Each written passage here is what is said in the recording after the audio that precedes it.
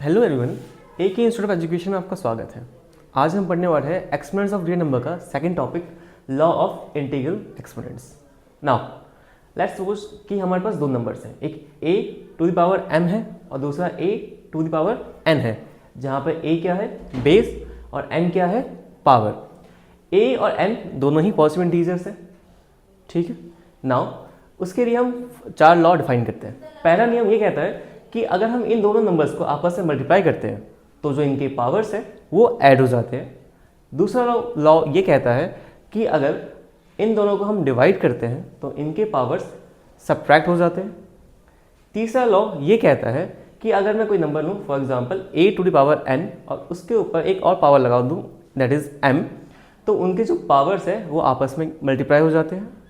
और चौथा नियम ये कहता है कि अगर ये दो नंबर्स, लेट्स सपोज कीजिए कि एक नंबर a है, दूसरा पॉजिटिव इंटीजर b है, आपस में मल्टीप्लाई हो रहा हो और उन पे एक होल पावर n लगा हो, तो वो पावर उन दोनों पे इक्वली डिस्ट्रीब्यूट हो जाता है in case of multiplication and in case of division also.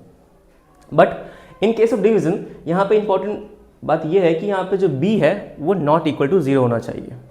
चलिए अब हम कुछ एग्जाम्पल्स देखते हैं। पहला एग्जाम्पल है 5 की पावर 4 मल्टीप्लाई 5 की पावर 1।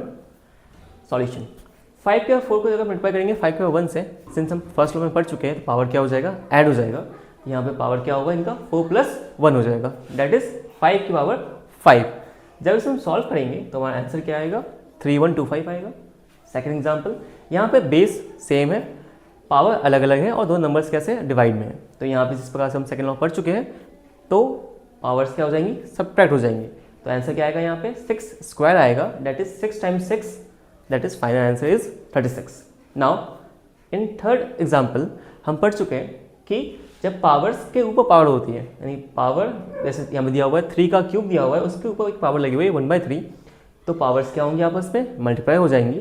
तो जैसे हमने 3 मल्टीप्लाई किया 1/3 से, तो 3 से 3 कैंसिल हो गया, आंसर क्या आया 3 की पावर 1 दैट इज 3। चलिए अब दो और एग्जाम्पल सीखते हैं। यहाँ पे 3 × 2 की होल पावर 2 दी हुई है। जैसा कि हम पढ़ चुके हैं कि अगर दो अलग अलग नंबर है और उन पे एक पावर n या m दिया हुआ हो तो पावर्स क्या हो जाती है उन पे इक्वली डिस्ट्रीब्यूट हो जाती है। जैसे कि हम यहाँ देख सकते हैं 3² × 2² हो गया है। जब इसे हम सॉल्व करेंगे तो हमारा आंसर क्या आएगा 36 आएगा, ठीक है। Now example number 5। अब ये केस डिवीजन के लिए है कि अगर दो अलग अलग नंबर हो और उन पर सेम पावर हो तो पावर क्या हो जाएगा इन पर इक्वली डिस्ट्रीब्यूट हो जाएगा। सेम यहाँ भी वही हुआ है कि पावर क्या हुआ यहाँ पे इक्वली डिस्ट्रीब्यूट हो गया। जब इसे हम सॉल्व करेंगे तो हमारा आंसर क्या आएगा 343/125।